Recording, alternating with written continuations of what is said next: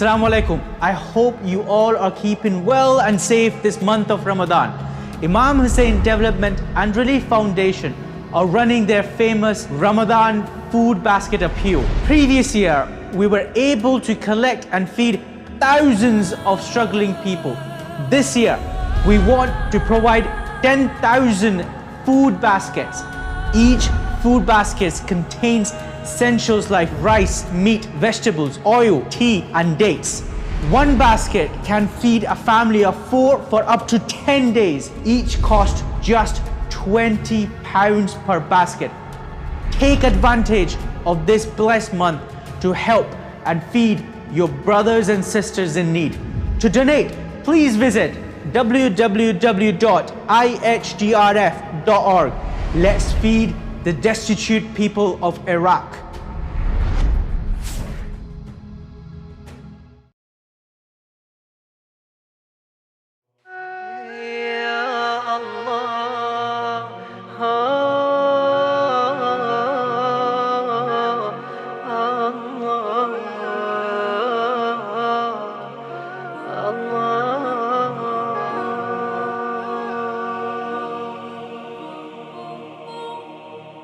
When I feel all alone and my heart needs to heal, and all hope from me is gone, and this life seems so real, there's no one by my side. I feel time's out of place, yet in you I confide, I call you. There's been nights that I cry for your love and embrace, yet still hope cannot die. I hear you. Oh Allah, I know you'll answer. Do you hear me as I call? I'm in need of you, my master. Will you raise me as I fall? Oh Allah, I know you'll answer when I stand for you and pray. I'm in need of you, my master, as I raise my hands and say, وما لي لا أبكي أرى نفسي تخادعني وأيامي تخاتلني الله فما لي لا أبكي لخروج نفسي ولظلمة قبري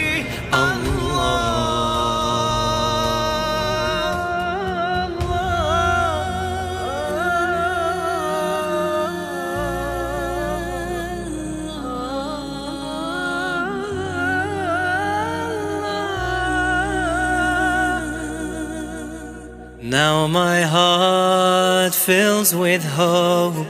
Oh Allah, you saved me. I hold on to your rope. So blessed I am for thee. Without you I'm worthless. In a blink all my years. So to you I'll confess all my sins. So I'll raise my hands high, my head bowed, shedding tears. And I know as I cry, it begins. Oh Allah, I knew you'd answer. I see light now, you're my guide. I'll hold on to hope, my master. With you I don't need to hide. Oh Allah, I knew you'd answer. I'll be thankful every day. my master, as I raise my hands and say, تقبل مني وعلي ذكري وحط وزري الله ارفع درجتي واعفو عني لا تردني الله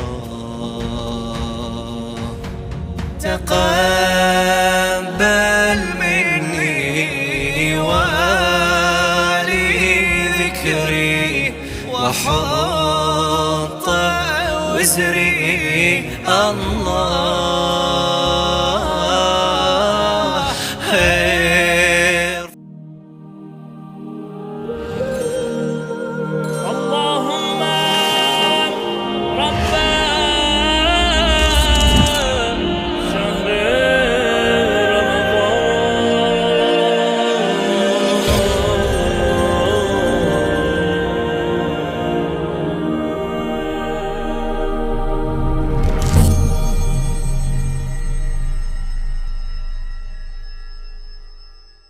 Honey, I remember Bainal Qawsain, and I'm sure Sayyid is going to have tons of examples when it comes to things like these. We have one of the khutaba, he said to me some time back, they were preparing for a majlis for the istishhad of Imam Zainul Abidin. Who he was preparing like normally as an agreement with the Husainiya, everything doing, local Husainiya. His missus was expecting. A couple of hours, hour and a half before istishhad of Imam Sajjad, he's going for the majlis. Baba, there was, his wife started to experience abnormal pain in the stomach. And it seemed that this is an emergency, she needs to go to the A&E there and then. This guy, servant of Ahlul Bayt, Khatib, Alim, who sometimes maybe we look down upon, is in a position. Do I call the Husainiya, cancel this majlis of Imam Zainul Abidin and tend to my wife? Do I ask her to give one more sacrifice so I can go forward for the majlis? Subhanallah. Khatib went and said, dhikr of Imam Sajjad. Dhikr of Imam Sajjad is greater than me and everything that I have. This one person who comes up on the mimbar, Baba, don't underestimate, don't istihza, make fun or this or that, or put down the sacrifices. You don't know what he has gone through in order to come up with the mimbar. So my thing is over here, every one of us across the board, we are together in this sacrifice. People give with their wealth, people give with their skill set, people give with their talents, people give with their money, people give with their times, people give with the research that they do. We are all together in this grand movement. We hold a piece, each and every one of us. Just when you put it together, it becomes a puzzle. These ulama, these maraja of ours, the efforts that they have put in to come and guide Ahlul Bayt, the TV channel then has the multiplier effect. A person who addresses 500-600 people inside the Husainiya, your message can only reach the number of people who are there. You bring in Imam Hussein TV, you bring in a TV channel, and now the efforts of this khatib is worldwide all over. You have just played a vital role in magnifying the message of Imam Hussein.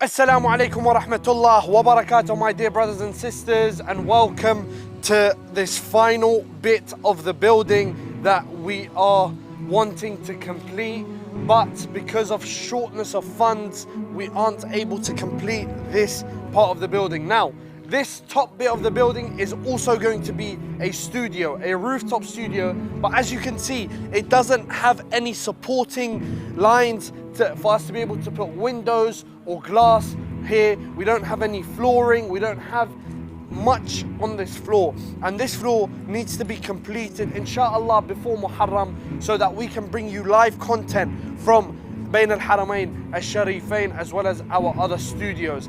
Now, my dear brothers and sisters, we are in need of your donations. We are in need of your help. We are in need of you laying a brick in your name in this building. This is not my building. This is not the cameraman's building. This is not anyone's building. It's your building.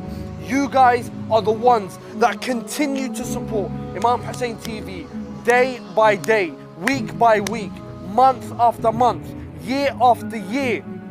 And inshallah, decade after decade, you will continue to support this organization who has the biggest capacity to reach the most people around the world. And inshallah, through your generous donations, through you laying a brick in your name, we can finish off this project and bring you Imam al-Hussein alayhi salam live from the holy city of Karbala.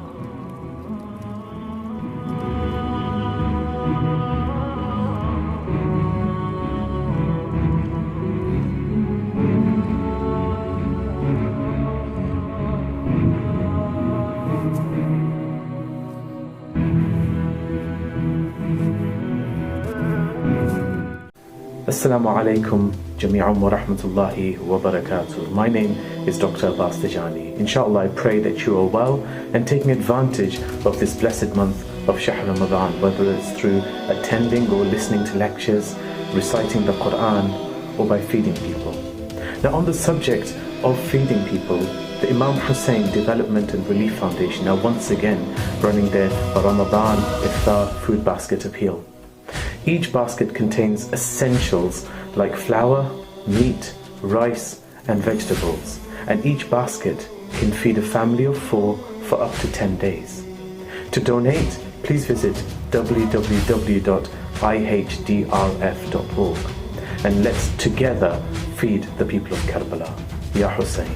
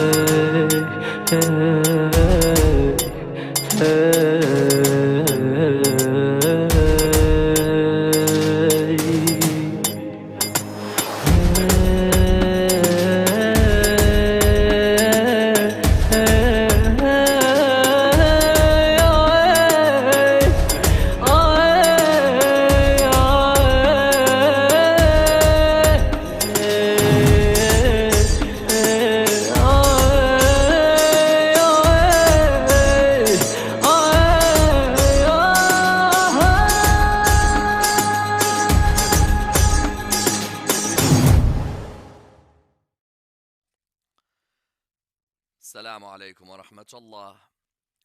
September the 11th, July the 7th, bombings in Syria, suicide bombings virtually everywhere.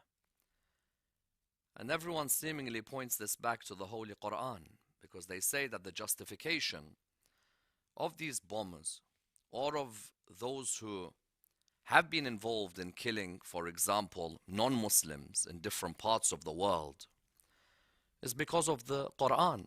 If the Muslims were actually ready to scrap the Quran, or to finally stop in their discussions of certain sections of the Holy Quran, then you wouldn't have these issues that you see in the world today. And there is a reality that every time one looks in the news and you hear about a particular suicide bombing, you always associate it with a Muslim. Or if you hear, for example, of a YouTube video that's out in relation to a beheading by a member of a Muslim terrorist organization. Now, yes, Muslims may always argue that, look, when you see, for example, the Ku Klux Klan, you're not going to say all Christians subscribe to that particular worldview. Or when you look at, for example, the Irish Republican Army, you're not going to say that every single person who's a Catholic subscribes to that worldview.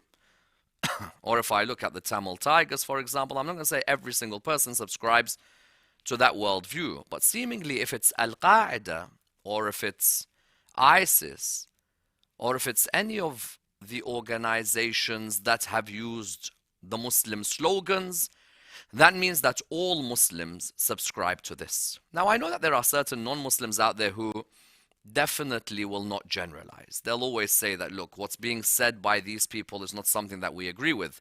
But we can't really shy away from this Quranically. Because while we love to tell the world that Islam means peace, a famous comedian once remarked that yes, a peace here, a peace there, and a peace everywhere. Meaning that when you're talking about peace in relation to the religion of Islam, and you look within the Holy Quran, you see within the Holy Quran there are certain verses that you hope your Muslim friends don't get a hold of. Because when a verse in the Holy Quran says something like what the verses we're going to discuss tonight say, such as kill them wherever you see them, how then does that match my discussion or my understanding of the religion, especially the way that I disseminate the teachings of this religion? That's not to deny that other religions don't have similar verses. I'm not going to shy away from discussing the war verses or the violent verses or the killing verses in the Quran. I'm not going to shy away from those. But you cannot tell me that a person needs a religious text for them to justify an action. There are people who had no belief in God who killed millions in Russia. There are people who had no belief in God who killed millions in China.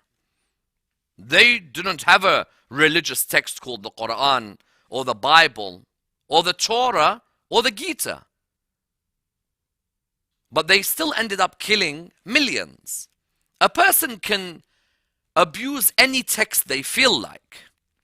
For the love of God, someone might even make their own text and make people follow it.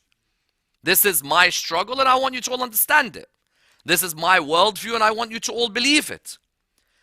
For a person to suggest that the Quran is the only text that has verses which talk about war, violence, killing, one only has to look in the Torah, in the Bible, and in the Gita.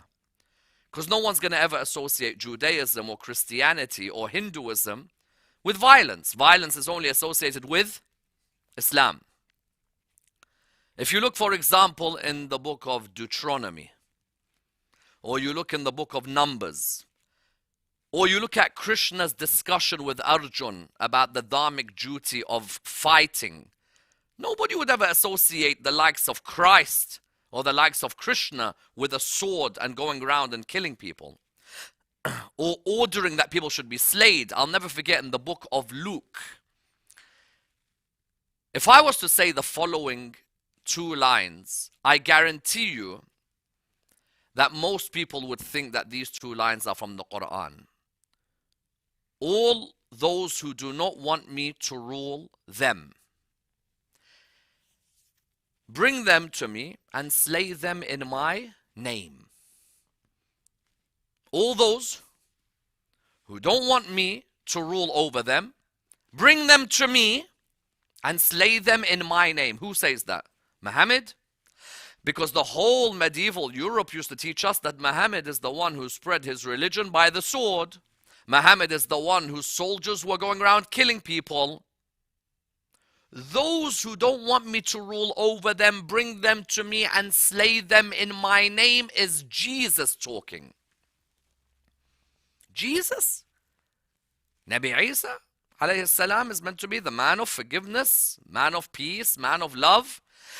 Yet Luke 19:27 is saying to me They don't want me to rule over their name. Say Jesus has a second coming. You don't want me to rule over you. Bring them to me. We slay them. Am I going to generalize on all Christians out there because I've taken a passage from Deuteronomy?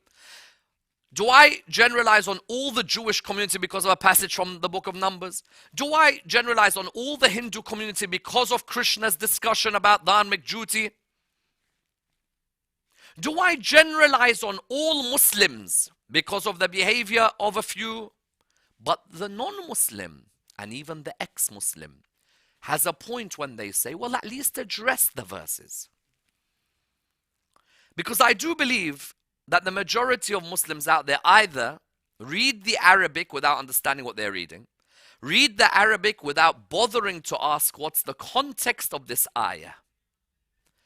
If I see a particular ayah of the Holy Quran, I have to ask what's the context of this. Now I know some non-Muslims say that's a cop-out. Because all you're going to do is you're just going to try and show that it wasn't a particular context. Look, I live in the 21st century and I've seen certain countries where one man's freedom fighter is another man's terrorist. Another man's terrorist is someone else's freedom fighter. At the end of the day, when I'm going to look at, for example, the invasion of a certain country in 1,000 years' time, I still need to read the context. Why this invasion took place. Was there a treaty? Was the treaty ratified? Was there a particular group of people who ratified it? Was there the possibility of peace? Was there the possibility of forgiveness? What if people didn't break that treaty? Was there collateral damage, collateral killings? Was it killing all civilians? Isn't that true? Isn't that part of our discussions? That when we see people dying in Iraq, the first question I'm going to ask, was that a military base or did you go all in? Most of the discussions about war in the world will ask the companies that were employed to supply weapons, did you target the military base and did you offer the chance of treaty of peace? Therefore, when I look at verses in the Quran, it's unfair for someone to say to me that the verses in Surah Al-Baqarah or Surah Al-Anfal or Surah Al-Tawbah, you are just going to justify them by using context. No, I won't. I'm just doing what rational convention does. Rational convention dictates that when you look at any situation that exists between two warring communities, try and find ways of reconciling, try and see whether certain treaties or covenants have been broken, who's broken them, have they plundered other people's lives, have they killed innocent civilians, let's take them to a high court. That high court may result in certain people from Nazi Germany being executed for war crimes. You can't bat an eyelid about those who were executed because of what they did at Auschwitz. A person says, kill them all, execute them all. But when you say that, then why is there a problem if the Quran talked about the same type of perpetrators in their context? Was there a Hitler in Mecca? Yes, there was. Was there a Hitler in Medina? Yes, there was. Were there people who were literally executing innocent men and women, for example? If you're saying that what happened with Auschwitz dictates that a certain body can decide what happens to the perpetrators of these crimes, what if that body, according to us, is revelation from the Lord? Therefore, when I'm looking within the Quran, and just a disclaimer, by the way, I just want to put a disclaimer here. I find it very interesting how many people hate violence but don't mind buying computer games for their kids which are violent. So if there's a Quranic verse or a biblical verse that discusses a particular violent verse, a violent concept, it's like disgusting, these books should be burnt. What's the name of the latest game where you go around killing everyone? Call of? MashaAllah, what a name. Call of duty, mashallah. The duty is to go around killing people. That's the call of duty. Many kids in households, Muslim and non-Muslims, are bought these gifts. So why, when I discuss a religious text, they say, but oh, the religious text people will be indoctrinated by. Have you seen when a child plays a computer game, how long they stay on the screen? Therefore, don't have a double standards. Let's agree that there are texts which are contextual. Let's agree that not everyone called Muslim is necessarily educated, literate, or someone whose intentions are pure. Let's agree that we can look at these verses and seek to understand them one by one. And what's very clear is that the Prophet Muhammad, peace be upon his family, becomes or announces his prophethood at the age of 40. And he dies at the age of 63. So 23 years, he's a prophet publicly in his announcement. The first war he ever engages in is 15 years into the 23. Because when you look in the Quran, I think even though the Meccans, Abu Sufyan, Abu Lahab, Abu Jahl, Walid ibn al-Mughira, Utbah ibn Rabi'a, even though these people are oppressing his people, there's a group of verses in the Quran that begin by telling him, turn the other cheek. You know that concept? Reply with that which is better. If they are attacking you, try and turn the other cheek. If you look at these groups of verses, let's try and begin with Surah 41, probably 41 from about 32 onwards. Yeah, Surah 41 verse 34. Let's go to 41:34. Surah 41 verse 34 is a very interesting surah. Okay, we call it Hamim. Okay, Surah 41. Verse 34, and the Quran says, Bismillah ar-Rahman ar-Rahim.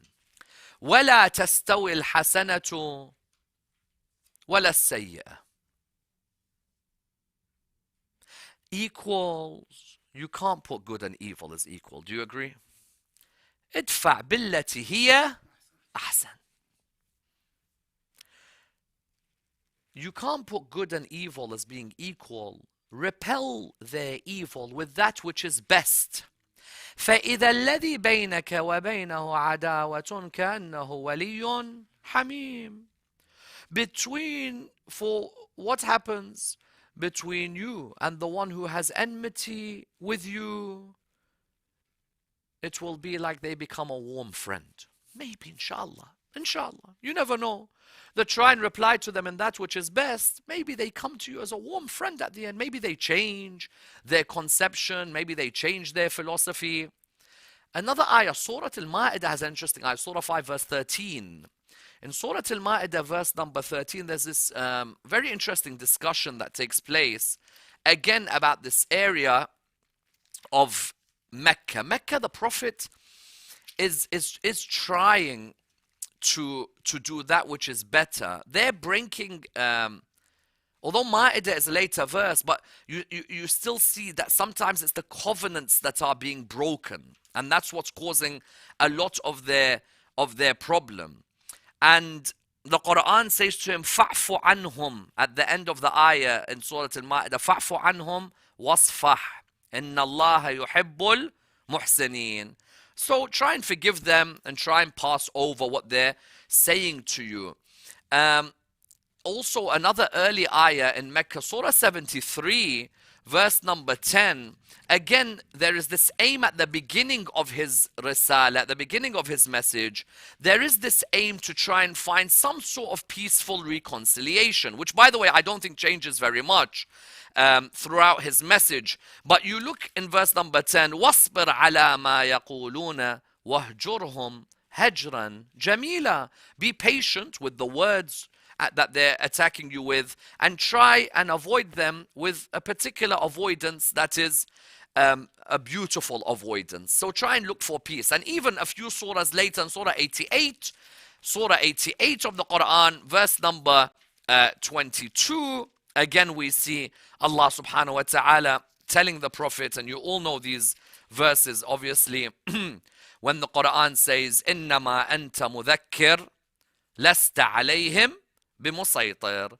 You are someone who reminds them, but you cannot compel them. So at the beginning, when Abu Lahab and Abu Jahl and Abu Sufyan and so on, when they're attacking the Muslims, they killed, for example, Yasir, the father of Ammar, Sumayya, the mother of Ammar. They were torturing Bilal. There were many of the Sahaba who had to leave Mecca and go and live in Africa because of how much torture they were facing. The Quran was telling the Prophet, peace be upon him and his family, try and find forgiveness, try and be patient. You know, and even some people, because some people say, oh, that was only because he never had many supporters. That's the only reason he never raised his sword. In the first battle of the religion of Islam, the Battle of Badr, did he have many supporters? No. Why then did Allah subhanahu wa ta'ala in the beginning in Mecca not tell him, get your sword? Because the aim of this whole message wasn't that we go with a sword and put it on people's neck. The aim was that we somehow try and show the message, and if they treat us badly, we try and reply with that which is better. Yes, people look later on at the likes of, before that on Christ, Gandhi and others who called for a form of standing up against those who were attacking you by turning the other cheek. Fasfah, in a way, okay, is to turn the other cheek in reality. Because you're trying to say that, you know what, we don't want to just enter a fight. Because, you know, sometimes someone might say to you, this guy's behaving badly with you. Go and fight them. Tell them, let's meet somewhere. Sometimes you're like, no, you know what? Let me turn the other cheek. Maybe their heart softens. You know? Like how Habil maybe tried with Qabil. Okay? So, Rasulullah sallallahu alaihi wasallam, the Prophet Muhammad, migrates from Mecca to Medina. And when he migrates from Mecca to Medina, listen, you guys are trying to attack me in Mecca. I'm going to leave. Baba, I'm leaving. Anna, I'm living in Wembley. You guys in Wembley don't want me to live here. I'm going to go and live in Romford. And because I'm going to go and live in Romford, leave me alone. I'm not going to come near you guys anymore. For the love of God, give me my hurriya. You've forced us to leave our homes because we said, La ilaha illallah. You forced us to leave our homes. Give me my freedom. He moves to Medina. What do? They now come on the outskirts of Medina. And they start trying to find ways of going into Medina. Trying to find ways of raiding Medina. Of course, the Prophet, peace be upon his family, this idea that he only had a defensive war. Firstly, he had preemptive strikes as well. Because look, if someone's coming on your borders, any country will be like, excuse me, you know that ship of yours, 170 feet long, what's it doing in our shores? Oh, sorry, we're just fishing. No, there's lines which you have to draw. You can't come into my area. And so what they were trying to do, they were trying to find ways of getting into Medina. And so the Prophet, what would he do, peace be upon him and his family? He'd tell the people that, listen, try your hardest to stop their caravans, because their caravans are full of weapons, trade, to try and make them stronger against us. When he raided one of their caravans, Abu Sufyan sent a message to Mecca. What was the message? Arabs, I've got news for you. Your caravans have been raided. You tell an Arab his stock has been raided, forget about it. That's my ras mal. That's all my high. And you've taken it from me? Abu Jahl said, that's it, we fight them. Now, question. How long are you going to take this for? Because there's a group of gangs, and unless you stand up to them, they're going to keep bullying you. And so eventually the Quran revealed to him, now you're allowed to defend yourself. Now you're allowed to ask your companions to defend themselves. And what you see is the beginning of a mobilization in Medina. Never in Mecca.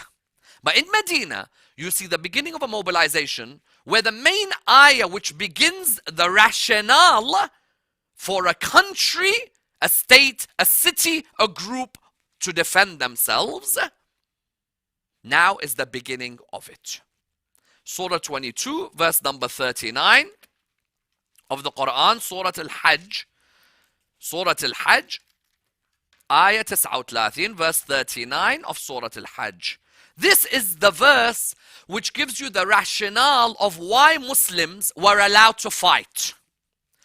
It says, Bismillah ar-Rahman ar-Rahim. أذن للذين يقاتلون بأنهم ظلموا. Now, permission. أذن للذين يقاتلون بأنهم ظلموا. The permission has been given for the believers to now finally fight because they've been oppressed. Islam's not a religion that says you just go around to anyone and you're like, well, you know what, because of your identity, I want to oppress you. We had an issue with ISIS simply because it was on the Hawi, on the identity that they were killing people. Whereas here the Quran says no. Quran says permission has been given to the believers to fight because they've been oppressed. وَإِنَّ اللَّهَ عَلَى نَصْرِهِمْ لَقَدِيرٌ. Allah subhanahu wa ta'ala will look after their victory. الَّذِينَ أُخْرِجُوا مِنْ دِيَارِهِمْ. Diyar, بيوتهم, okay, their houses, let's say. بغير حق إلا أن يقولوا ربنا الله. You know why they were kicked out of their houses from Mecca? Because they said our Lord is Allah. That's it. That's it. Did they rape a girl there? No. Did they molest a girl there? No. Did they steal from anyone? No. What was their crime? La ilaha illallah. That's it. That's it. Only one crime. إلا أن يقولوا ربنا الله. And then the Quran says something very interesting here. وَلَوْلَا دَفْعُ اللَّهِ النَّاسَ بَعْضَهُمْ بِبَعْضٍ لَهُدِّمَتْ صَوَامِعُ وَبِيَعٌ وَصَلَوَاتٌ وَمَسَاجِدُ يُذْكَرُ فِيهَا اسْمُ اللَّهِ كَثِيرًا. This is a wonderful ayah because it says, we've given permission to the Muslims to defend themselves. Rational convention. Anyone who people are attacking their home has a right to defend himself. The only crime they did, why they were kicked out of Mecca, this group of muhajirun, the only reason was because they said, La ilaha illallah, that's it. And if it wasn't for us telling them to stand up, there wouldn't be a single sawami', biya', salawat, masajid. I ask you, what's the sawami'? Let's say monastery, شايف monks. The monk, rahib for example, they go and live in a monastery. Okay. Biya'. What's biya'? Let's say churches. Salawat, synagogue. Masjid, mosque. If this religion is for Muslims, why are you defending synagogues? Why are you defending churches? Do you know that over 80% of the Muslim world does not know that synagogues are in the Quran? Because the Muslim world has no relation with the Quran. If you ask the Muslim, go and speak to someone Jewish now in London, tell them about synagogues in the Quran. How many do you think will know where the synagogue is mentioned in the Quran? Second question, why do we care about a synagogue or a church? Well, I'm a Muslim. I care about mosque, masjid. Why do I care about the kanisa? Why do I care about the synagogue or the church? Any place where a person is calling La ilaha illallah, you have to go and defend. You may have a difference on the meaning of La ilaha illallah. That doesn't stop a pope from sitting in your house in Najaf.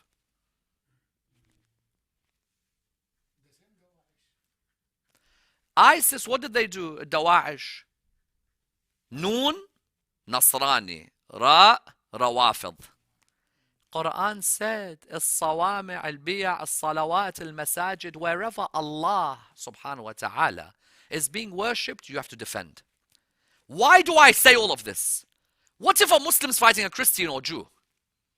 If a Muslim is fighting someone Christian or fighting someone Jewish, what then happens?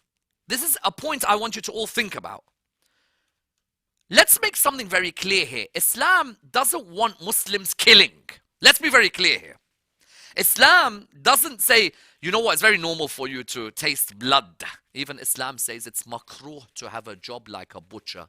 Al-Ghassab is something makruh because Al-Ghassab finds it normal to be around blood. Of course, we all need our local butcher, but it's not a job which is highly recommended. You won't find 100 butchers in one road.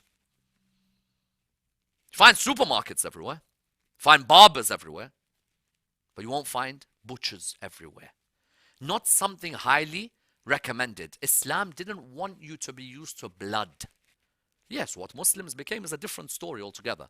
Islam didn't want that. If you look in the Quran, Surah 6, verse 151 of the Quran, Surah 6, Surah Al-An'am, verse 151. If you look at verse 151, God makes it clear He doesn't want us to be that nation. When He tells us these 10 commandments, you know how people have 10 commandments? There are 10 commandments here. Say, O Prophet of God, come, I will recite unto you what your Lord has forbidden to you. You don't associate with him anything, and to your parents you're good, and you don't kill your children out of fear of poverty. We provide for you and them, and you do not go near shameful deeds, and that you do not kill another soul which God has forbidden. But it does say, except to achieve justice. Do you agree? ولا تقربوا الفواحش ما ظهر منها وما بطن ولا تقتلوا النفس التي حرم الله إلا بالحق. Islam says you don't kill another soul except for justice. Now here's a problem, by the way. Here's a problem. What's the problem? Whose killing is just? Big problem. I cannot deny. Bin Laden says, who I killed is just. Abu Bakr Baghdadi says, who I killed was just. Sayyid Fulan says, who I killed was just. Sheikh Fulan says, who I kill is just.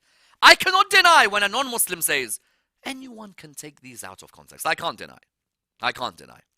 In reality, there are over 1 billion Muslims in the world, and it takes one to say, well, in my interpretation, the Shia are the ones who you can kill with haqq. In my opinion, the Sufi, kill them. In my opinion, the Alawis. In my opinion, the Ahmadis. In my opinion, everybody can take these and give their own conclusion. But the reality is Islam didn't want us to be a nation where we found killing normal. When in the Quran, therefore, someone goes to Surah Al-Baqarah, verse 190, there's 2 chapters of the Quran that have violent verses. There's a number of verses, but there's 2 chapters that have violent verses. Surah Al-Baqarah, ayah 190, 190, is probably the most famous of them. Okay? Bismillah ar-Rahman ar-Rahim. وَقَاتِلُوا فِي سَبِيلِ اللَّهِ قَاتِلُوا. Get ready, go out there and fight. Islam is a religion of peace. Here's the Quran, and then someone's like, bro, you know what? وَقَاتِلُوا فِي سَبِيلِ اللَّهِ is not that peaceful. وَقَاتِلُوا فِي سَبِيلِ اللَّهِ الَّذِينَ يُقَاتِلُونَكُمْ وَلَا تَعْتَدُوا. Okay. Kill those who, or fight those who fight you. Pretty clear. Do you agree? Those who come and fight you, you got to fight them. The Meccans, for years, were in the ascendancy. They had bullied the Muslims. They had tortured the Muslims. They had killed the Muslims. And here we have a situation where the Muslims finally are getting stronger. And the Muslims who are living in Medina want to go back to Mecca. And this discussion is about that period of Hajj where the Muslims want to come back to doing Hajj finally. Yep. You know, Rasulullah sallallahu alayhi wa alayhi, how many Hajj did he do in his lifetime? 1. Rasulullah sallallahu alayhi wa went on 1 Hajj only. Why? Ya Rasulullah. There are some of us who have been Hajj 2 times. There's 3 times, 8 times, 15. A'immat Ahl al-Bayt salawatullah wa salamu alayhim, 20, 25. Rasulullah sallallahu alayhi wa went to Hajj once. Because all these years he left Mecca. They never let him come back to Mecca. When did they give a hint that he was going to come back to Mecca? When they signed the Hudaybiyah peace treaty. Britain has signed treaties, America has signed treaties, Canada has signed treaties, Pakistan has signed treaties, India has signed treaties, everybody signed treaties. When we want to discuss their treaties, okay. If I want to discuss the Quranic treaty, no, you're not allowed. The Quran's violent. Treaty of Hudaybiyah was what? Was that you're going to be allowed to do Umrah the following year. If we did Umrah, what happens if we go there and the Meccans get their swords out to kill us? I'm going Umrah. The Meccans have said you can come. What if we all go all of a sudden in Masjid al-Haram? Everything comes out. قاتلوا في سبيل الله الذين يقاتلونكم.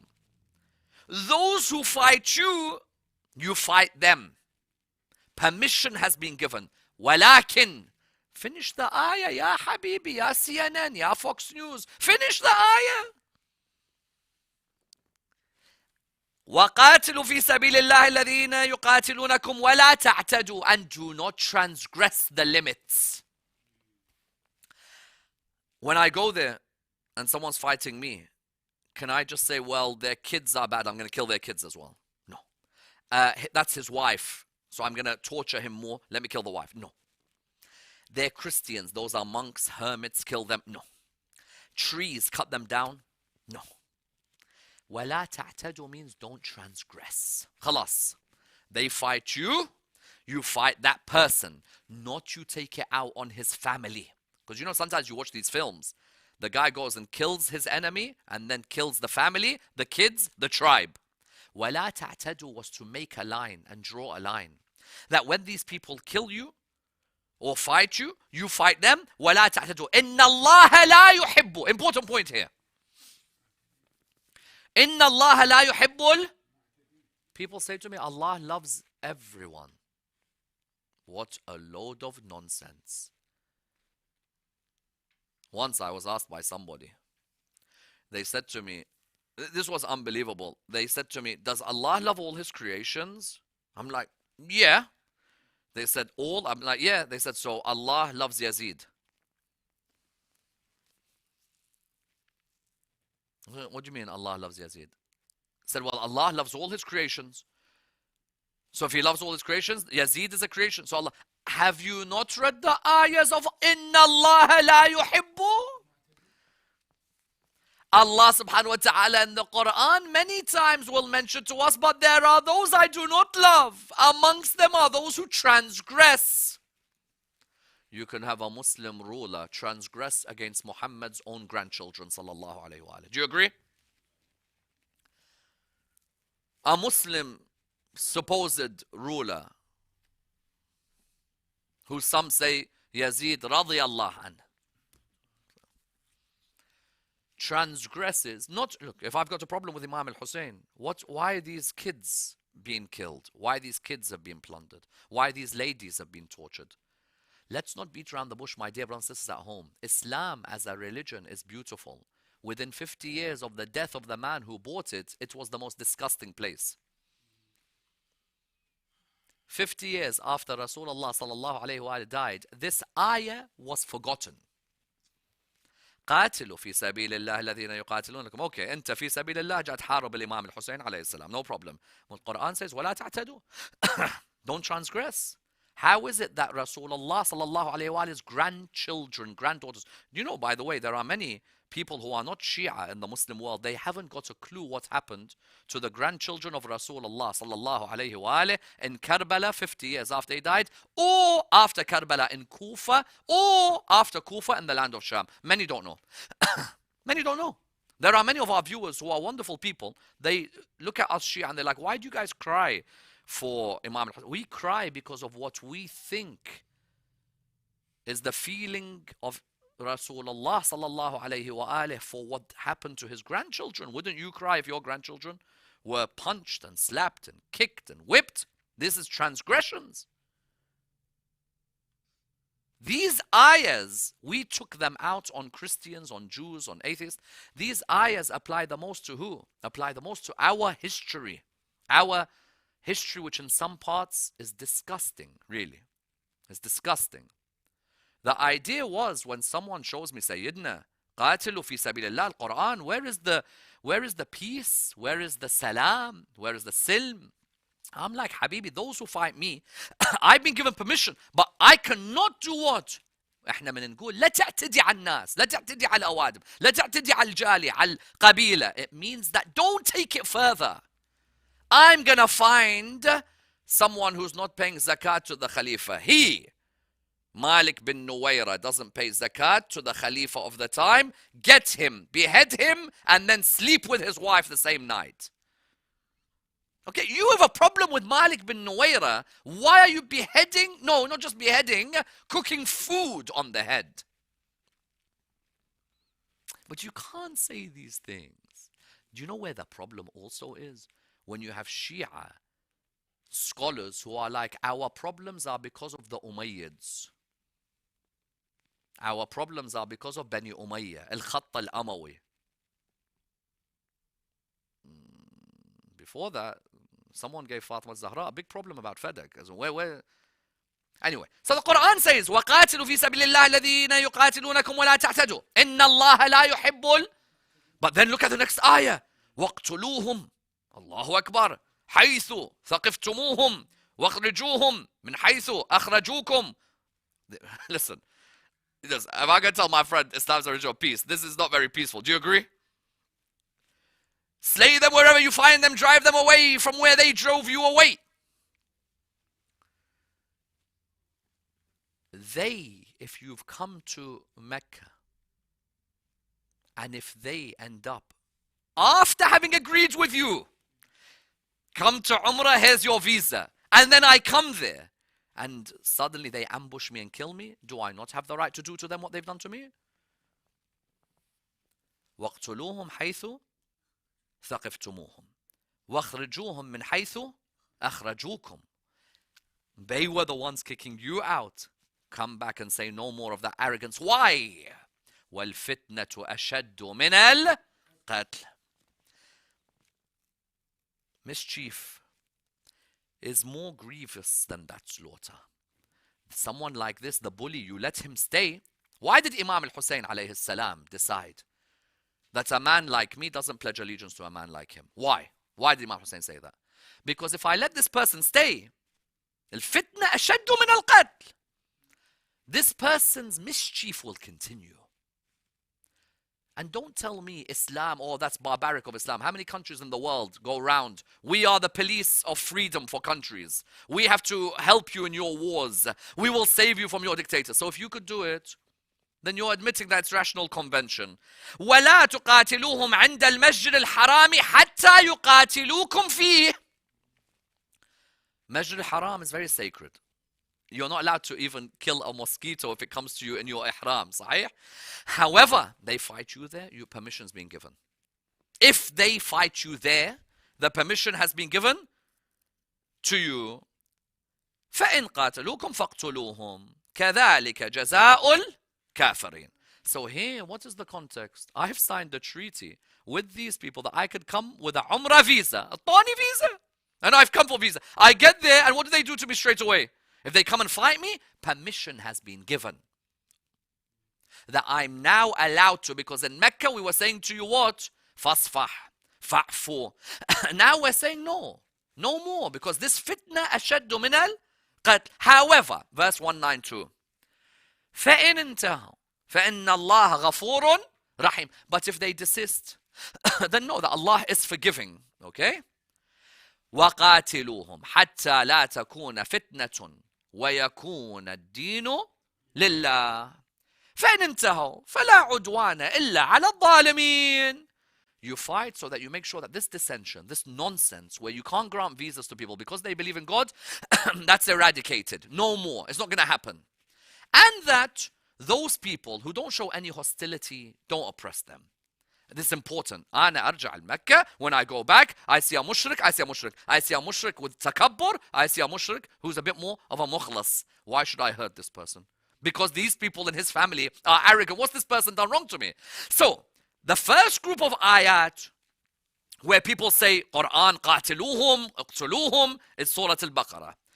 Even similar to these, and arguably more vicious, Surah 9, verse number first, right at the beginning of Surah 9 actually. Surah Al-Tawbah. Surah Bara'at. Okay? What's the only surah in the Quran that does not begin with Bismillah ar-Rahman ar-Rahim? My dear brothers at home, this quiz question. Which surah of the Quran is the only surah that doesn't begin with Bismillah ar-Rahman ar-Rahim? In the name of God, the most, I don't know how to translate it, beneficent, merciful, most kind, so many different translations. Let's just say basically, in the name of God, the most kind, the most merciful. If you want to have it as a very basic level translation, there's only one surah that God does not begin with mercy, and that's this surah, Surah 9. Now, why? It goes to show you, by the way, that Islam, for those who say Islam is all about peace and love and mercy, no, there's times you have to dissociate from the enemies. Because in our communities, people are like, you know, Islam is not a religion of hate. So if there are people who oppressed Ahlul Bayt, you shouldn't hate those people. You should just, you know, just don't talk about them. Okay, so if Islam is not a religion of dissociation, why has God got a whole surah that doesn't begin with Bismillah ar-Rahman ar-Rahim? The norm is Rahmah, but there's an exception. And the exception is Surah 9 of the Quran. Surah 9 is a major moment. Why is it a major moment? Because, you know what's happened? You know we signed that treaty? That if I come for Umrah, you guys aren't going to do anything. They didn't do anything. They let them come for Umrah. It was cool. But they couldn't take it. that these guys were coming to Umrah peacefully. So you know what the Meccans did? One night, the Banu Bakr were supported by the Quraysh to kill the Banu Khuza'a Muslims. In the middle of the night, they ambushed and slayed them all. إحنا in the Hudaybiyah peace treaty, we had made an agreement that there will be no war for 10 years, no killing for 10 years. You signed and we signed. And we were more powerful than you, but our Prophet, because of his merciful nature, didn't exploit his power. In the middle of the night, you come, the Banu Bakr of the Quraysh, kill the Banu Khuza'a Muslim. The only surah that doesn't begin with God's mercy is this one, because it was enough. That's it. No more. No more. And you know what's no more? We're going to go back to Mecca. And those people who've ambushed are going to be responsible. You'd think that they'd be responsible in the sense of what? That they'll all get killed. No, even then Allah still displays mercy, even though there's no rahmah at the beginning of the surah. But we're going to go back to Mecca. And from now on, you know what's going to happen? Hajj is going to start. Allah subhanahu wa ta'ala reveals this chapter to the Prophet. Prophet tells Abu Bakr, go towards the people of Mecca. And over there, in the middle of that whole Hajj period, announce it. Abu Bakr leaves on he's just left. He's going from Medina to Mecca. Jibreel comes to the Prophet, peace be upon him, and says, the Lord has instructed that either you go or someone who's your nafs. The Prophet turns around, oh Ali, you go. Either you or your nafs. Someone who's like yourself. Imam Ali alayhi salam went, got to Abu Bakr. Abu Bakr, I will announce the revelation. Abu Bakr said, Abu Hassan, what are you doing here? He said, Jibreel came and he said that only a prophet, like the Prophet, or his nafs can go and announce this revelation. Imam Ali got it. He went. Now you imagine the scene. Every one of these Meccans, old enemies of Imam Ali alayhi salam, they're all doing their tawaf. They were blatantly doing tawaf naked, by the way. Blatant. Yeah, people today, they do tawaf and they get harassed and so on. Imagine Arabs just going around naked in near the Kaaba. It's jahl. Ignorance. Imam Ali has to go there, and there's a lot of people who've been waiting for Ali ibn Abi Talib to be alone. Because they got revenge missions on Badr and Uhud and Khandaq and Khaybar. They just can't wait for him to be alone. Can you imagine going into an area where there's certain people who can't wait to get you because you've done something to their brother years back, and now you're like, I'm going to come into that estate myself and stand there. And not only am I going to stand there, I'm going to like, none of you are going to do tawaf naked. Next year, there's not going to be a mix of mushrik and mu'min here. You guys can never come near the Kaaba again. This is ours. The surah begins, Bara'atum min Allahi wa rasulih alladhina ahadtum min al-mushrikeen. A declaration of dissociation from God and His Prophet to those who you made the treaty with. This declaration gives those people 4 months to get ready and get out. فَسِيحُوا فِي الْأَرْضِ أَرْبَعَةَ أَشْهُرٍ وَاعْلَمُوا أَنَّكُمْ غَيْرُ مُعْجِزِ اللَّهِ وَأَنَّ اللَّهَ مُخْزِي الْكَافِرِينَ. You got 4 months left. Do you know what's beautiful about this 4 months? They've just killed the whole tribe, but we'll still give them time. Most people, what do? Next day, bomb Baghdad. Eviction notice, ahsant. Eviction notice, but even eviction notice might give you 2 weeks. Allah subhanahu wa ta'ala's eviction notice gives you 4 months. Of course, different opinion when these 4 months begin, because we're talking Hajj. So we're talking, is it Shawwal, is it Dhul Qa'dah, is it Dhul Hijjah? There's difference of opinion in the Mufassirun. But you've been given 4 months. وَأَذَانٌ مِّنَ اللَّهِ وَرَسُولِهِ إِلَى النَّاسِ يَوْمَ الْحَجِّ الْأَكْبَرِ. Hajj al-Akbar, either the day of Arafah or the day of the sacrifice, okay? Adhan, announcement. Who's making the announcement? Ali, son of Abu Talib. In front of everybody in Mecca. You all know me, don't you? Remember me? Listen, I'll tell you something. I personally would never be able to do something like that. Go into an estate and be like, a state of all my enemies and their sons, all the wuhush, all the waskhin, all the sons of zina of Meccan society, all of them in one area. Just to add, anyway, I won't add because I have to be on good behavior in my lectures.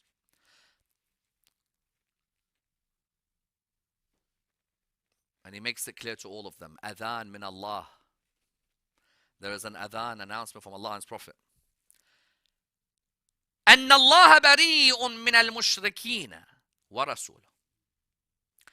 Allah dissociates from you polytheists. You've troubled us, the Muslims, because of their belief in God for this long. No more. No more. You know, I dissociate. All other surahs, when you were troubling, I was still saying Bismillah ar-Rahman ar-Rahim. No more.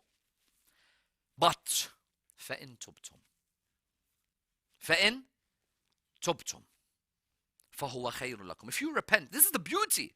They've killed, but if they do tawbah, it's good for you. No problem. وَإِن تَوَلَّيْتُمْ, then what happens?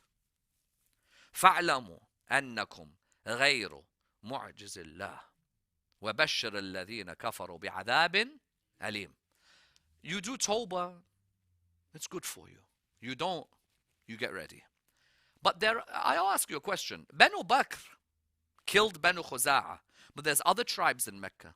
I know there's other names given of tribes in the Tafsir, Kenan and so on, but there's other tribes in Mecca. People from other tribes who never killed, do they deserve to be killed? No. Look at verse 4. إِلَّا الَّذِينَ أَحَدتُّم مِّنَ الْمُشْرِكِينَ ثم لم ينقصوكم شيئا ولم يظاهروا عليكم أحدا فأتموا إليهم عهدهم إلى مدتهم. Subhanallah. Those with whom you entered a pact, you made a treaty, they did not break that treaty, let them go. They've done nothing wrong. Because you know the next ayah, verse 5, فإذا انسلخ الأشهر الحرم فاقتلوا المشركين حيث وجدتموهم وخذوهم واحصروهم واقعدوا لهم كل مرصد. That's a violent verse. That's violent. Abu Amir? This verse is a wahshi verse. It's wahshi. فإذا انسلخ الأشهر الحرم فاقتلوا المشركين حيث وجدتم. Listen, if I tell my friend, bro, you know Islam's such a peaceful religion, he's like, bro, verse 5 of Surah 9, kill the polytheists wherever you see them. Don't just kill them, by the way. Besiege them, lie wait in them for every ambush. I have to show verse 4 before it. And I have to show verse 6 after it. Because at the end of verse 5 it says, فَإِن تَابُوا, but if they repent, أَقَامُوا الصَّلَاةَ آتُوا الزَّكَاةَ, then what do you do? فَخَلُّوا سَبِيلَهُم إِنَّ اللَّهَ غَفُورٌ. So in the verses about violence in the Quran, there is always the option for maghfirah. There's always the option of pardon and forgiveness. Verse number 6, beautiful verse, wonderful verse. The verse still applies until today. وَإِنْ أَحَدٌ مِّنَ الْمُشْرِكِينَ اسْتَجَارَكَ فَأَجِرْهُ. If any of the mushriks seek your protection, protect them. حَتَّى يَسْمَعَ كَلَامَ اللَّهِ. This is a wonderful ayah. If a mushrik comes up to you and says, listen, I need your help. I need your protection. I've done nothing wrong. I don't even know about your religion. I've heard certain things. Give them protection until he hears the words of Allah. Compare this to ISIS.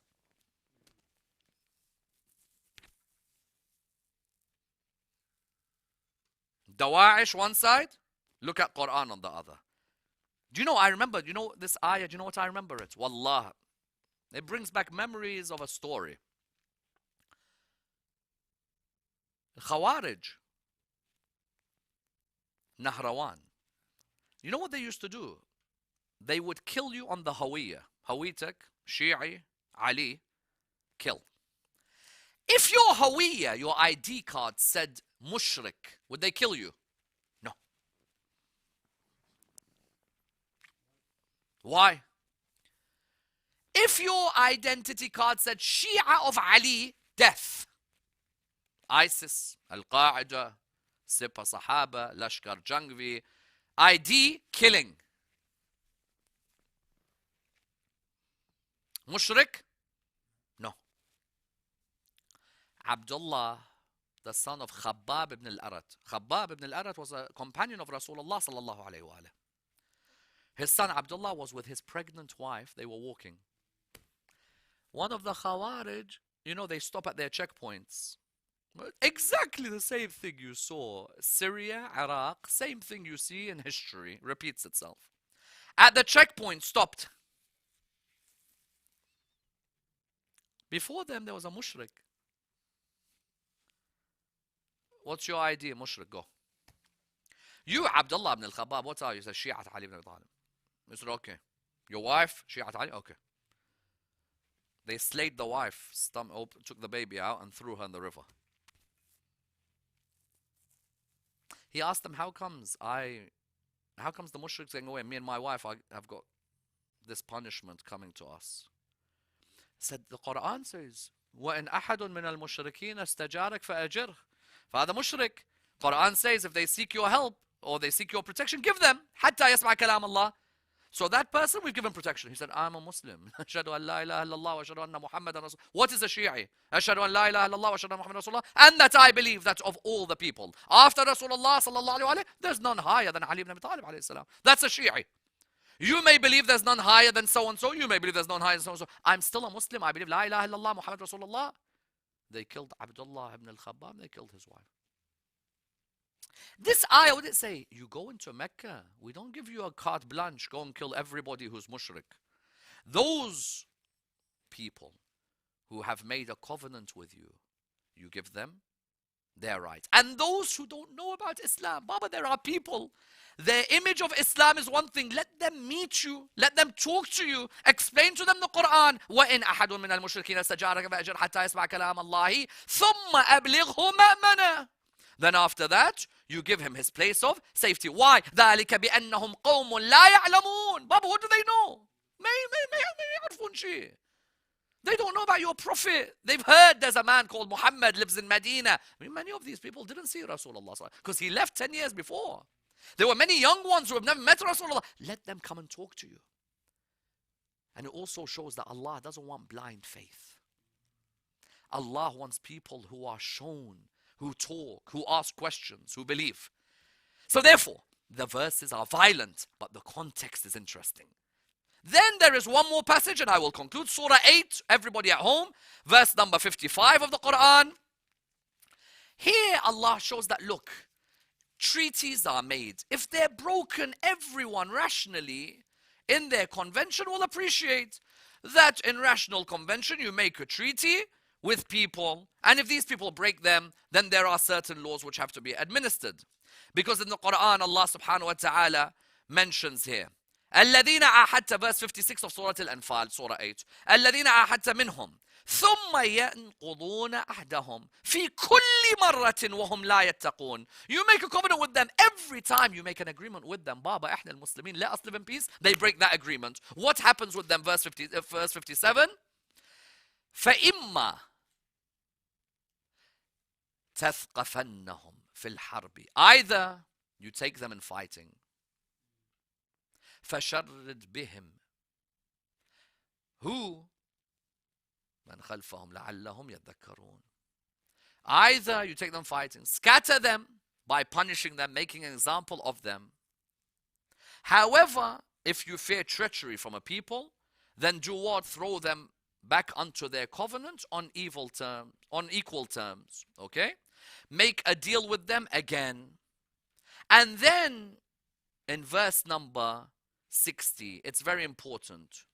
وَأَعِدُّ لَهُمْ مَا اسْتَطَعْتُم مِّن قُوَّةٍ وَمِن رِبَاطِ الْخَيْلِ تُرْهِبُونَ بِهِ عَدُوَّ اللَّهِ وَعَدُوَّكُمْ وَآخَرِينَ مِن دُونِهِمْ. Okay?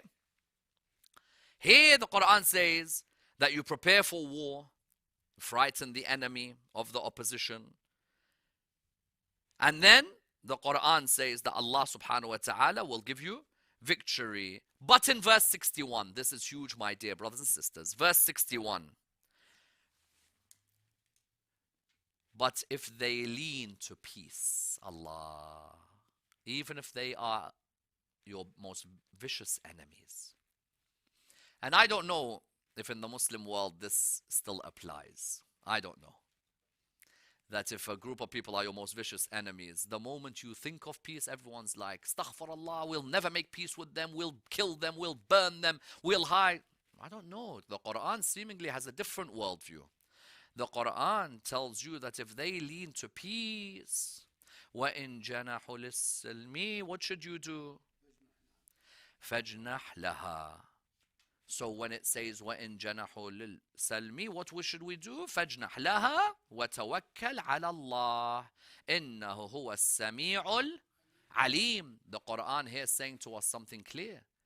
If a group of people who are your enemies are trying to make peace with you, even if they've broken their covenants, try and lean to peace if they lean to peace as well.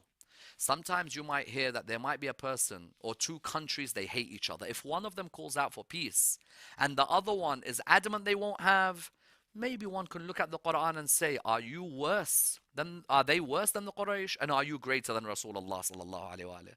For Rasulullah sallallahu alayhi wa alayhi, Allah instructs him that if you're able to find peace, even with those who have oppressed you all this time, then try and look for that peace. Last ayah, my dear brothers and sisters, Surah 5, verse number 33. Many people, when they look at these ayahs 32 and 33 of Surah 5, they're like, Sayyidina, these are violent ayat. Surah Al-Ma'idah, ayah 32, Surah 5, verse number 32 and 33 of the Quran.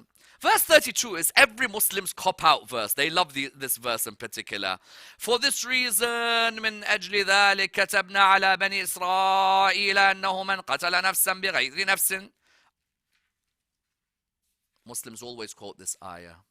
They say that we prescribe to the children of Israel, whoever kills one man, then it's as if they've killed the whole of humanity. But the reality is the ayah doesn't say whoever kills one man, they've killed the whole of humanity. The ayah says whoever kills one man, unless it's because that person has done murder or mischief. So Muslims, when they say, Baba, you know, in our belief, if you kill one person, you kill the whole of humanity. No, the ayah says if you kill one person, it's as if you kill the whole humanity. Unless that person has committed murder, then there's retaliation. Let's not take it out of context. But the next ayah is vicious. إنما جزاء الذين يحاربون الله ورسوله ويسعون في الأرض فسادا أن يقتلوا أو يصلبوا أو تقطع أيديهم وأرجلهم من خلاف أو ينفوا من الأرض. Those who wage war against God and His messenger, they strive to make mischief in the land. Okay, this is how we deal with them. We kill them, or we crucify them, or we cut off their hands and feet from opposite sides, or we banish them from the earth. Islam, religion of peace. Those who wage war against the Prophet of God. Problem with this type of ayah is ISIS uses it, Al-Qaeda uses it, this one uses it, that one. Because they're like, listen, you wage war, you Rawafid. Or a person can say, you Salafis wage war. You people wage war. And the Quran says, إنما جزاء الذين يحاربون الله ورسوله ويسعون في الأرض فسادا يقتلوا أو يصلبوا أو تقطع أيديهم وأرجلهم من خلاف أو ينفوا من الأرض ذلك لهم خزي في الدنيا ولهم في الآخرة عذاب عظيم. How do I explain to my non-Muslim friend this ayah? My dear brothers and sisters, I will not explain this ayah to you because you at times also have to do your own homework. When a verse in the Quran says to you that you can kill, no, crucify, no, chop off their hands and feet, no, banish them from the earth, it's your responsibility to go back and read your holy book and find the answer. I'm not going to give it to you. But I will see you inshallah tomorrow. Wassalamu alaikum wa rahmatullah wa barakatuh.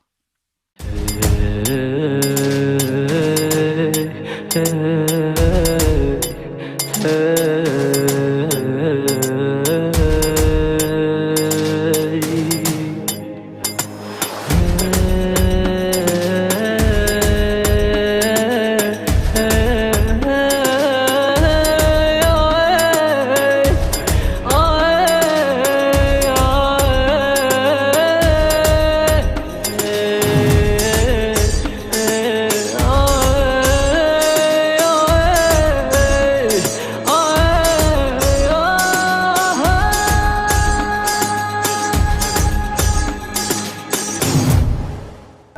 Karbala is the home to Imam Hussein alayhi salam, as well as Imam Hussein TV. Millions come to Karbala every year, and we bring Karbala to millions. Imam Hussein Media Group is a crowd-funded project that does not generate any sales or profits. That's right, we do not make any money or profit, or solely rely on your generous donations to help bring you Karbala.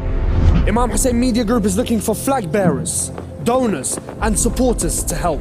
We are looking for 1,000 people to donate just £14 a month in honour of the 14 infallibles. With the help of our 1,000 partners, Imam Hussein TV 3 can maintain its monthly costs as well as continuing to spread this sacred message. So many of our viewers depend on us in order to learn, understand and connect with the Ahlul Bayt alayhimus salam. It is the duty of everyone to facilitate and finance Imam Hussein alayhi salam to enter everyone's home. Become a partner now by going on www.imamhussein3.tv/donate, or alternatively call us or WhatsApp us on +44 939 917 163 or +964 774 067 1837. Imam Hussein TV, your gateway to Karbala.